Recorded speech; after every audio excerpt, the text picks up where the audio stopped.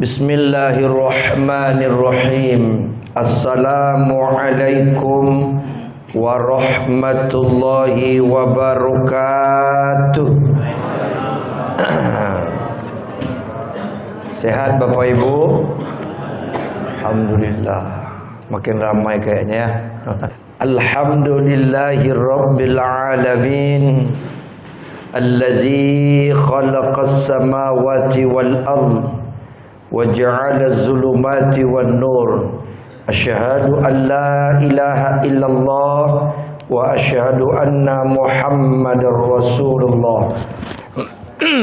Allahumma salli wa sallim wa barik ala hadzal nabiyil karim wa ala alihi wa ashabihil mujahidin at-tahirin, amma ba'd. Qala Allah ta'ala fi kitabihil karim, a'udzu billahi minasy syaithanir rajim. Bismillahirrahmanirrahim. Wa idza sa'alaka 'ibadi 'anni fa inni qarib ujibu da'watad da'i idza da'an falyastajibu li wal yu'minu bi la'allahum yarshudun. Faqala aidan ud'uni astajib lakum. Shadaqallahul azim. Yang saya hormati Bapak Ketua RW, tokoh-tokoh masyarakat, pengurus masjid, bapak-bapak RT, bapak ibu, kaum muslimin dan muslimat, hamba-hamba Allah yang soleh dan soleha. Semoga yang hadir ini insyaallah senantiasa diberikan nikmat oleh Allah, hidup penuh dengan keberkahan, selamat dunia akhirat. Amin ya rabbal alamin. Alhamdulillah. Mari kita bersyukur kepada Allah Subhanahu wa taala sampai saat ini masih memberikan kita nikmat dan kita masih bisa beribadah, masih bisa ikut ta'lim, dan insyaallah kita terus istiqomah dalam beribadah sampai datang kematian insyaallah. Kemudian berselawat kepada Rasulullah Nabi Muhammad sallallahu alaihi wasallam. Allahumma salli ala sayyidina Muhammad wa ala ali sayyidina Muhammad. Assalamu alayka ya Rasulullah. Bapak Ibu yang saya muliakan, kita menyambung kajian kita bulan lalu. Masih ingat tentang apa Bapak Ibu?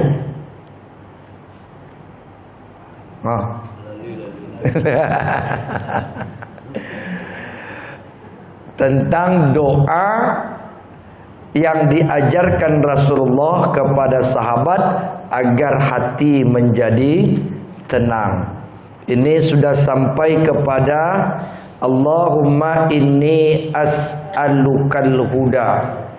Ada 3 lagi yang kita sambung, yaitu wattuqa wal afafa wal ghina.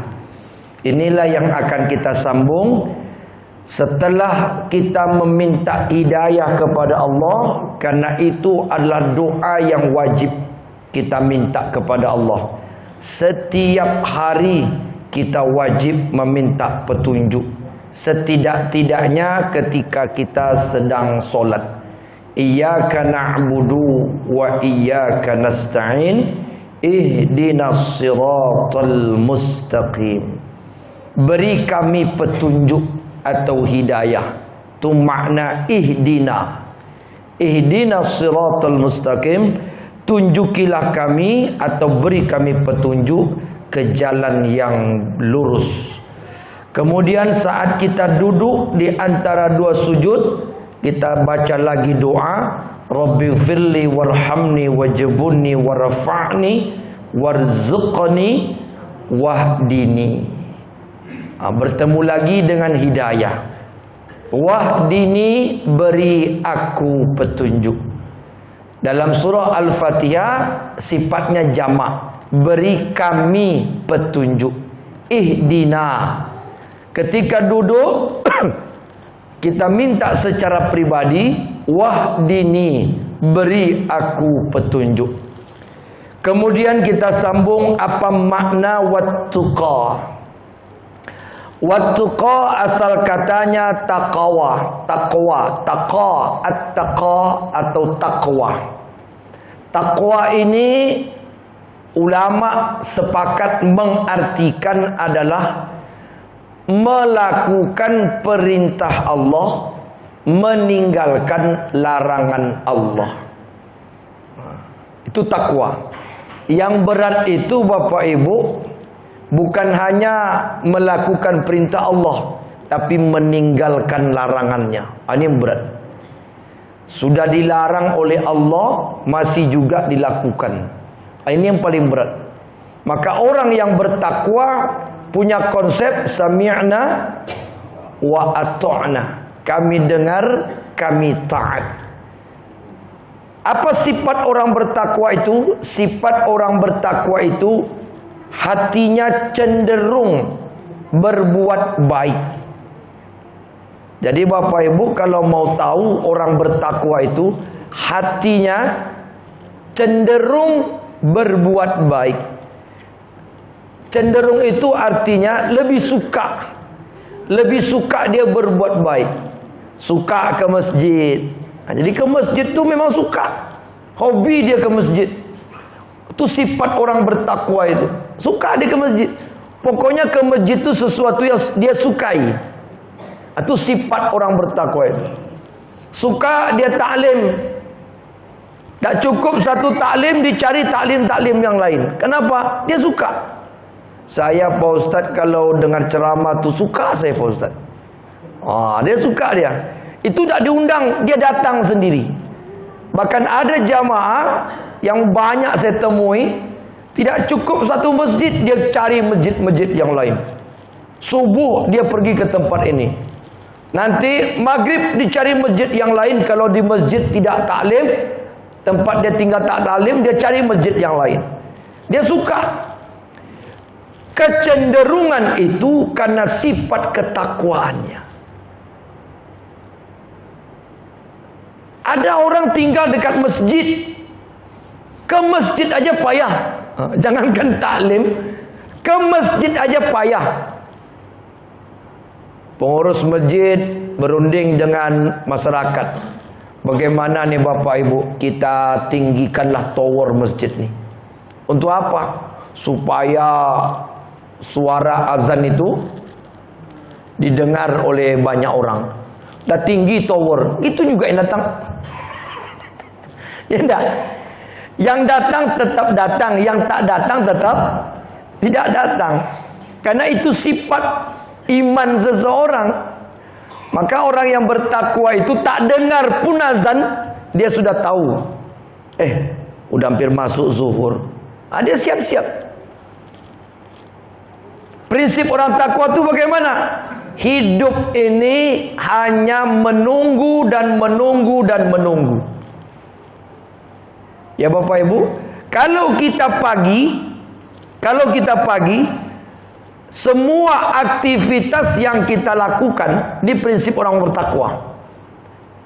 Semua aktivitas yang kita lakukan itu sebenarnya dalam rangka menunggu. Apa yang kita tunggu? Nunggu waktu zuhur datang. Buat konsep hidup seperti itu Pak. Sibuk bekerja ke kantor, tak ke sawah, tak ke kebun, tak ke pasar, berdagang, apapun aktivitas, atau sekedar ngumpul-ngumpul sama kawan. Ya kan? Ngapain? Menunggu. Menunggu datangnya waktu zuhur. Selesai sholat zuhur, ada yang makan, ada yang langsung bekerja, ada yang istirahat, silakan. Tapi ingat, kita masih menunggu datangnya waktu asar. Jadi waktu-waktu kita itu Bapak Ibu, antara sholat dengan sholat itu semua menunggu Pak. Menunggu saja semua itu. Menunggu waktu sholat asar datang. Mau sibuk, mau istirahat, apapun aktivitas kita, buat itu semacam suatu konsep itu adalah menunggu datangnya waktu solat. Datang waktu asar, dah selesai asar, ada yang pulang dari kantor, ada yang pulang dari kebun, ada yang pulang dari pasar dan sebagainya. Ada yang mulai bekerja, silakan. Tidak dilarang oleh Allah. Apapun aktivitas kita di dunia ini, yang penting thayyib, yang penting benar, silakan. Boleh kita sesibuk-sibuk apapun dalam di dunia ini. Tapi ingat, kesibukan kita itu hanya sekedar menunggu datangnya waktu maghrib. Iya kan? Kan itu sebenarnya. Habis sholat maghrib, kalau ada taklim, sekarang kita taklim. Alhamdulillah, datang kita taklim. Sampai kapan kita taklim Bapak Ibu? Menunggu waktu Isya. Iya kan? Menunggu waktu Isya. Habis sholat Isya, ada yang pulang ke rumah makan dan sebagainya, ada yang tidur, ada yang menonton, ada yang beraktivitas, ada yang baru mulai kerja. Karena di kota ini Bapak Ibu, malam siang itu sama aja. Ada orang baru mulai kerja tuh jam 9 malam mulai kerja. Ada orang jam 9 itu udah istirahat. Yang penting terserah apapun aktivitas kita, disilakan. Karena kita punya kondisi yang berbeda-beda. Tapi ingat, kalau kita habis sholat Isya, kita bekerja, kita istirahat, kita tidur, silakan. Kita sedang menunggu datangnya waktu subuh. Jika perlu, nunggu waktu solat tahajud. Solat tahajud, zikir, baca Quran, menunggu datang waktu subuh. Sampai waktu subuh selesai, ada taklim ikuti, tak ada taklim kita mau zikir, mau istirahat, silakan. Begitulah terus berputar waktu ini Bapak Ibu.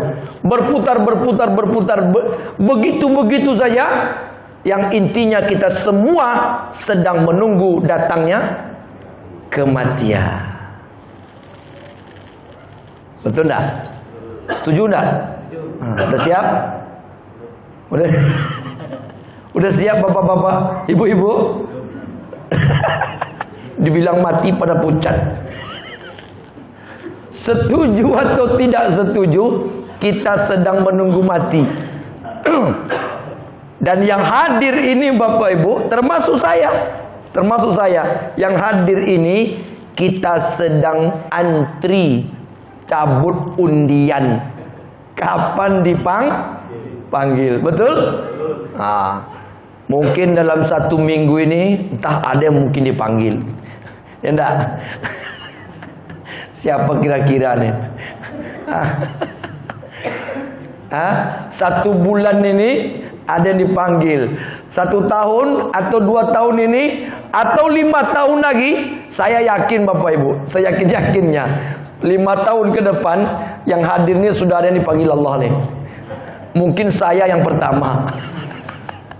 Ya, wallahu alam. Tugas kita bukan bukan takut dengan kematian. Tugas kita wal tanzur nafsu ma qaddamat lighad. Siapkan bekal kita. Mana tahu kematian itu datang secara tiba-tiba, kita apa yang kita siapkan. Orang bertakwa sudah dia persiapkan. Karena hari-harinya, waktu-waktunya dia isi dengan cara hal-hal yang baik, kecenderungan berbuat baik, cenderung bersedekah, condong hatinya nak baca Quran, condong hatinya berbuat baik, membantu orang dan sebagainya. Itu sifat orang bertakwa. Maka Allah berpesan, wa tazawwadu fa inna khairaz zadi taqwa. Berbekallah kalian, sebaik-baik bekal adalah ketakwaan.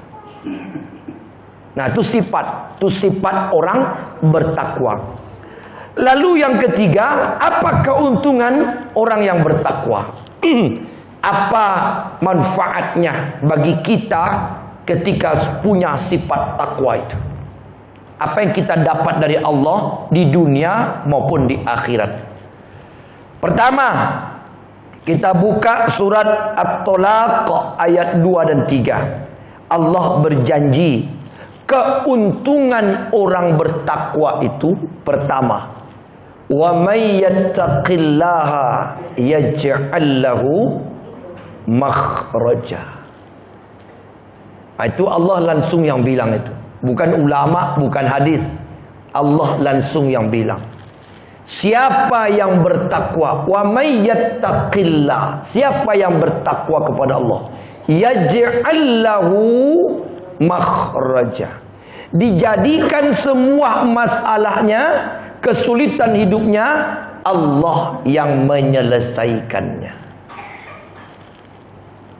Maka ketika masalah kita Allah yang menyelesaikan, tenanglah hati kita. Kenapa kita stres, depresi, sampai ada yang gila? Karena banyak masalah di dunia kita selesaikan sendiri. Di situ salah kita. Nggak bisa. Kita tidak akan bisa menyelesaikan masalah kita sendiri, Bapak Ibu. Kita butuh bantuan. Bantuan siapa yang paling hebat? Bantuan Allah Subhanahu wa ta'ala. Kalau kita baca sejarah kehidupan manusia sejak mulai manusia ini ada sampai sekarang, siapakah orang yang paling banyak mendapat masalah? Siapakah manusia yang paling banyak diberi masalah? Siapa Bapak Ibu? Hah? Para rasul, para nabi. Jangan kita berpikir nabi itu enak hidupnya ya. Oh, kita mungkin kalau jadi nabi mungkin gak sanggup. Nabi itu berat hidupnya. Ada nabi capek-capek berdakwah, istrinya yang menghinanya, anaknya yang memusuhinya, diejek oleh istri dan anaknya. Itulah Nabi Nuh. Nabi Nuh itu Bapak Ibu 500 tahun berdakwah, yang ikut dakwahnya hanya 10 orang. Nah, cobalah capek berdakwah 500 tahun. La ilaha illallah, tinggalkan berhala. Itu terus yang disampaikan oleh Nabi Nuh. Berdakwah, tinggalkan berhala, kemusyrikan, sembah Allah. 500 tahun tu Bapak Ibu, 10 yang ikut. Kalau kita mungkin ngomong, panik dan berhentilah jadi rasul. Iya kan? Contoh, ini contoh. Saya kemarin ceramah di satu masjid. Masjidnya bagus, besar, 18x25, panjang ke belakang. Pakai AC, lengkap, karpet terbaru, bagus. Pokoknya masjid itu mewah. Jadi Pak pengurus masjid ngomong sama saya, Pak Ustadz, inilah kondisi jamaah Pak Ustadz. Udah dibuat begini masjid, subuh dikasih sarapan pagi Pak Ustaz. Ya, yang datang ini ya Pak Ustaz. Wah, kan? Kayaknya pengurus masjid agak berkecil hati lah. Wah, artinya begini, dah capek diajak ke masjid, diundang juga Pak Ustaz, enggak juga datang orang tuh sholat ke masjid. Nah, saya bilang, Pak, Nabi Nuh 500 tahun berdakwah, 10 yang ikut. Bapak udah berapa tahun jadi pengurus masjid? Sudah berapa tahun jadi pengurus masjid? Nabi Yunus sampai pada puncak manusiawinya keluar. Sudah berdakwah, dimusuhi orang, dihina orang, caci maki orang, tak ada yang ikut. Itulah sebabnya Nabi Yunus tinggalkan kampungnya, keluar. Ingin pergi ke pulau lain, itulah ikut kapal menyeberang. Cuman Allah tak izinkan, terpaksa Nabi Yunus dalam kisahnya dibuang dan ditelan oleh ikan nun atau ikan paus. Kena capek juga, jenuh, manusiawi itu keluar. Tapi kemudian Nabi Yunus bertaubat pada Allah, kembali ke kampungnya lagi, dimuntahkan oleh ikan nun dengan satu doa, la ilaha illa anta subhanaka inni kuntu minaz zalimin. Nabi Ibrahim dibakar. Nabi Ayub penyakit 18 tahun, ulat bersarang di badannya. Ya Allah, jangan kita cerita Nabi Muhammad. Oh, kalau kita baca kisah Nabi Muhammad, Bapak Ibu, saya ada bukunya yang dikarang oleh Imam At-Tirmizi, kisah Nabi Muhammad, itu lengkap secara detail. Walaupun tak seluruhnya lengkap secara keseluruhan, tapi poin-poinnya itu bisa menangis kita baca kisah Nabi Muhammad. Sedihnya hidup Nabi Muhammad. Tapi kenapa Rasulullah hidupnya tenang? Para nabi-nabi Allah hidupnya tenang, damai hatinya, karena mereka tahu bahwa masalah yang dihadapi diselesaikan oleh Allah. Maka semua nabi berakhir dengan Allah yang menyelesaikan, walaupun secara physically, secara jasad mereka menderita, tapi batin mereka mendapatkan ketenangan. Nah, Bapak Ibu, ada nabi yang dibunuh, ada. Siapa nabi yang dibunuh oleh kaumnya? Nabi Zakaria. Bayangkan Bapak Ibu, nabi dibunuh oleh kaumnya. Jadi kalau ada ustaz dilempar orang, lah biasa. Kan banyak beberapa waktu belakang ini kan ustaz ditikam orang, imam ditikam orang. Setelah ditangkap ODGJ. Apa itu? Orang dalam gangguan jiwa, ODGJ. Asal tertangkap ODGJ. Waktu mau menikam normal dia. Pas tertangkap, pura-pura gilo dia.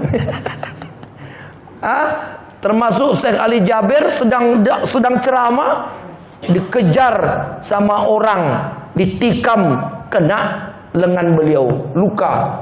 Ditangkap ODGJ. Banyak sekarang ini Bapak Ibu, orang gila jadi-jadian. Dan sekarang banyak orang bangga jadi orang gila, Pak. Bangga jadi orang gila. Biar dia berbuat salah tak dihukum. Sampai ke atas. Begitulah penyakit orang sekarang. Jadi ulama-ulama dihantam, dibunuh, difitnah, itu biasa. Nabi saja dibunuh. Gimana kisah Nabi Zakaria? Nabi Zakaria berdakwah, ditolak oleh Bani Israel. Kaumnya namanya Bani Israel. Jadi Bani Israel ini menolak dakwah Nabi Zakaria, dan mereka berencana membunuh Nabi Zakaria. Dikejarlah sampai ke hutan. Sampai di hutan, mukjizat Allah turun, terbelahlah pohon yang besar. Kata Allah, Zakaria, masuklah engkau ke dalam pohon itu.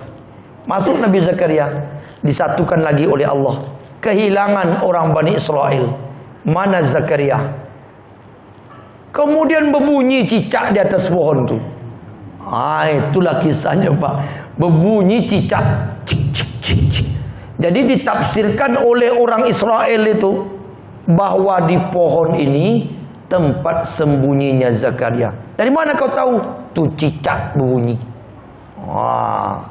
Jadi bagaimana caranya? Kita tebang pohon ini. Ternyata benar,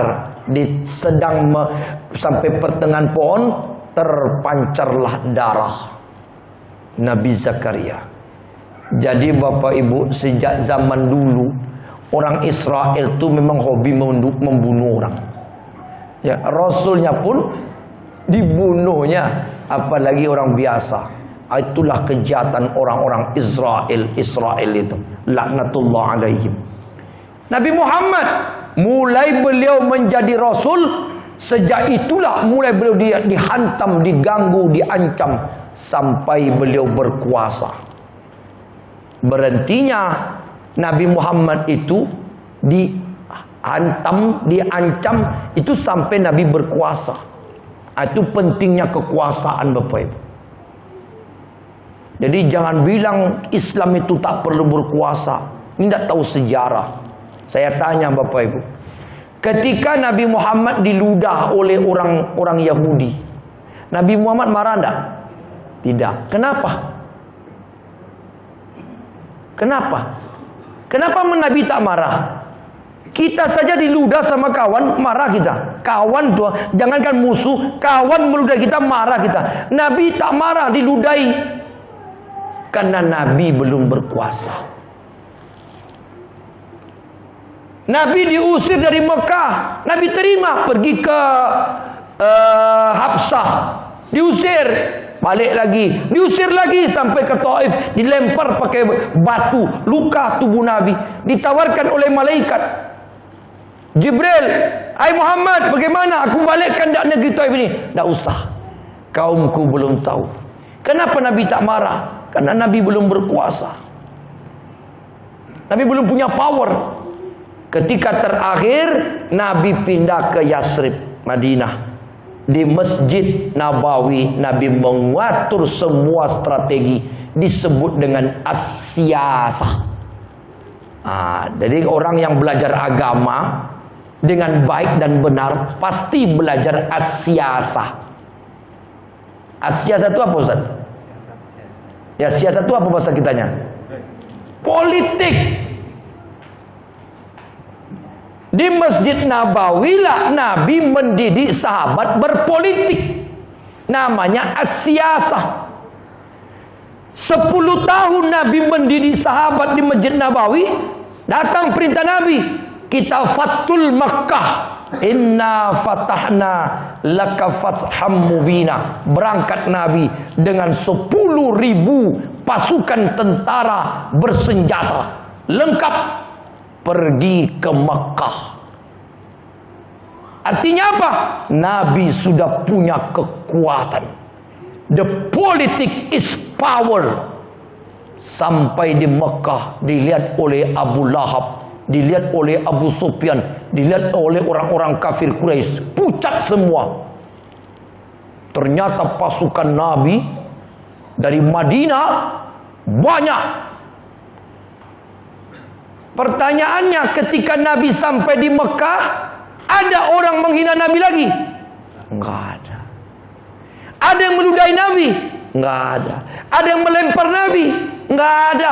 Pucat semua masuk rumah. Masuk semua ke rumah-rumah mereka.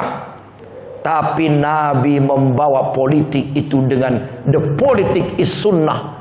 Politik itu adalah cara Islam yang benar. Sunnah Rasulullah. Nabi mengatakan, udkhuluha bisalamin aminin. Kalian masuk ke dalam Mekah, kalian akan aman. Siapa yang masuk ke rumah Sufyan, dia akan aman. Sampailah di Mekah, turun firman Allah, iza jaa nasrullahi wal fath, yang dibaca imam kita tadi. Wa ra'aitan nasa yadkhuluna fi dinillahi afwaja. Tidakkah kalian nampak, kata Allah, berbondong-bondong orang kafir masuk Islam? Kenapa? Nabi sudah berkuasa. Nabi sudah punya kekuatan. Mulai kekuatan militer, kekuatan ekonomi, kekuatan politik.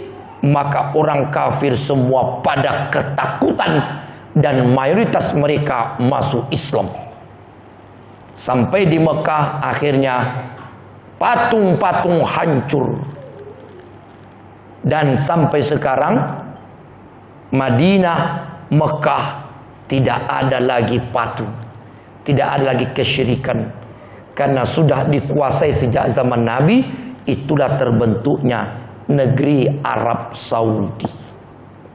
Negara pertama dibentuk oleh manusia dalam sejarah, dimulai dari Nabi Muhammad.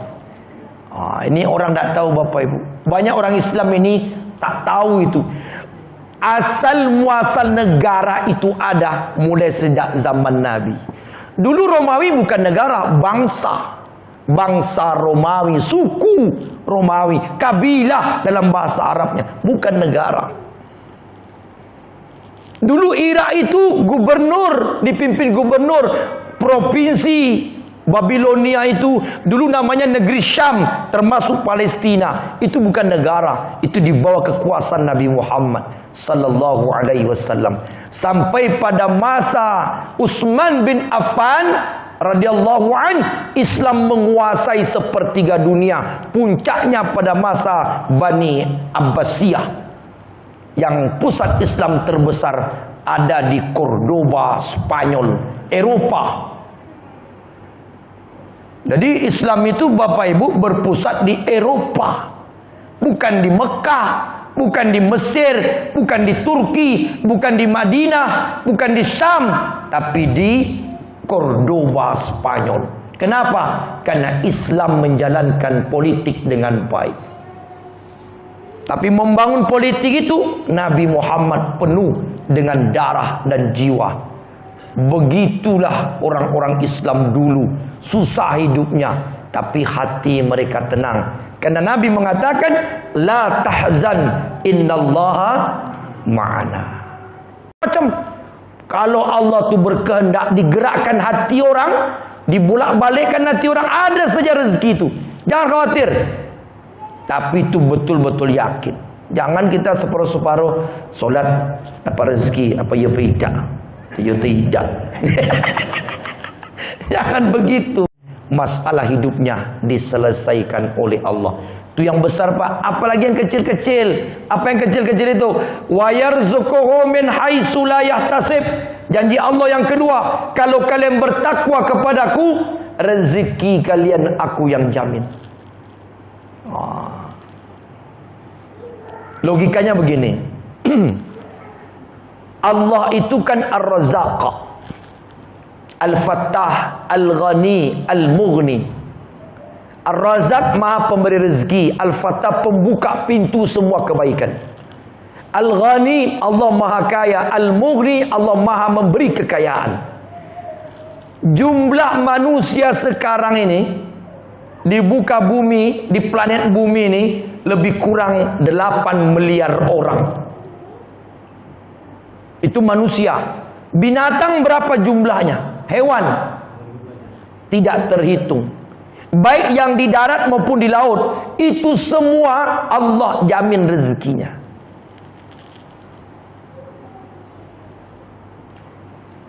Apalagi kita sendiri, miliaran manusia, mungkin ribuan miliar binatang, Allah jamin rezekinya.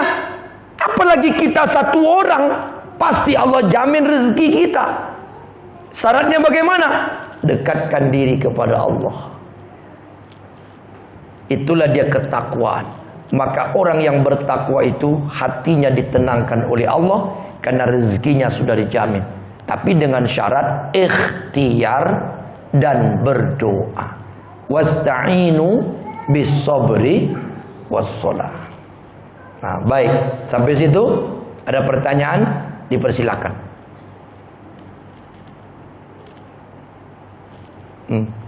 Loh, paham? Pas. Baik, dah paham berarti ya. Nah, jadi jangan ragu. Kalau kita ingin rezeki hidup di dunia, jangan risaukan rezeki Bapak Ibu. Jangan risaukan makan minum kita. Tidak usah, itu urusan Allah. Kita ini stres karena ngurus yang bukan urusan kita. Saya kemarin diundang IKES, Institut Kesehatan. Itu calon-calon sarjana. Pernah juga diundang di UNRI. Kepada depan-depan mahasiswa yang hampir sarjana, saya diundang, saya ceramah. Kuliah itu enaknya dua. 1 saat jadi mahasiswa, 2 saat wisuda. Itu enak kuliah tuh. Puncaknya ketika wisuda. Nanti adik-adik mahasiswa wisuda, tengoklah hari bahagia.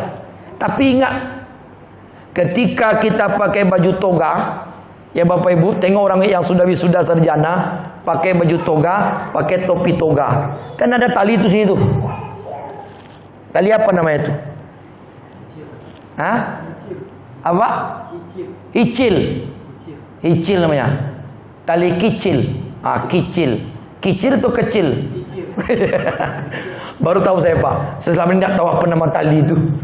Itu waktu wisuda kan digeser tuh sama rektor atau dekan. Apa maknanya Pak? Selamat nganggur ya, ya Pak.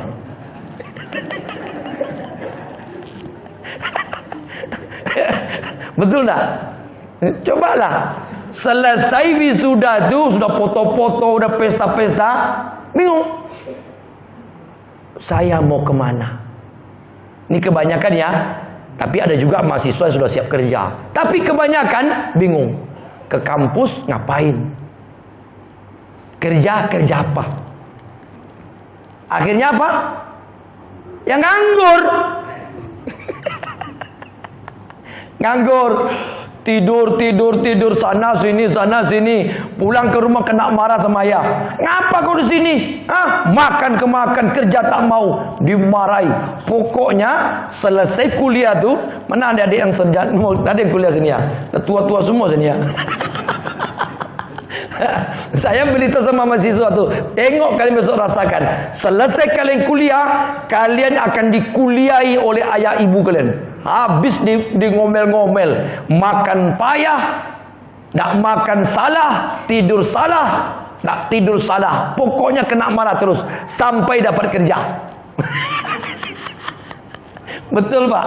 Itu saya alhamdulillah, bukan saya sombong, ini hanya pengalaman pribadi saya. Saya alhamdulillah tidak merasakan hidup nganggur.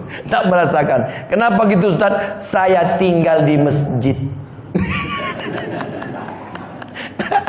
Saya tamat SMP sudah tinggal di masjid, sudah cari duit saya Pak, sudah digaji saya sama masyarakat, ngajar ngaji ke rumah, ngajar TPA, ngajar MDA, 10 tahun saya tinggal di masjid.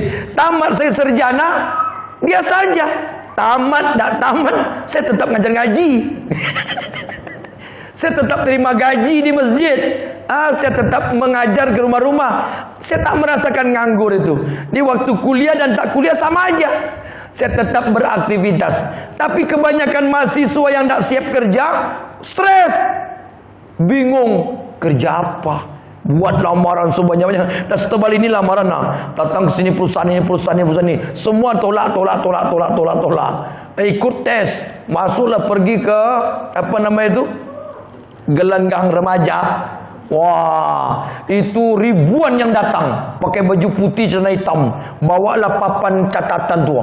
Ribuan, 5.000 penuh mendaftar untuk apa? Cari kerja. Yang diterima 5 orang.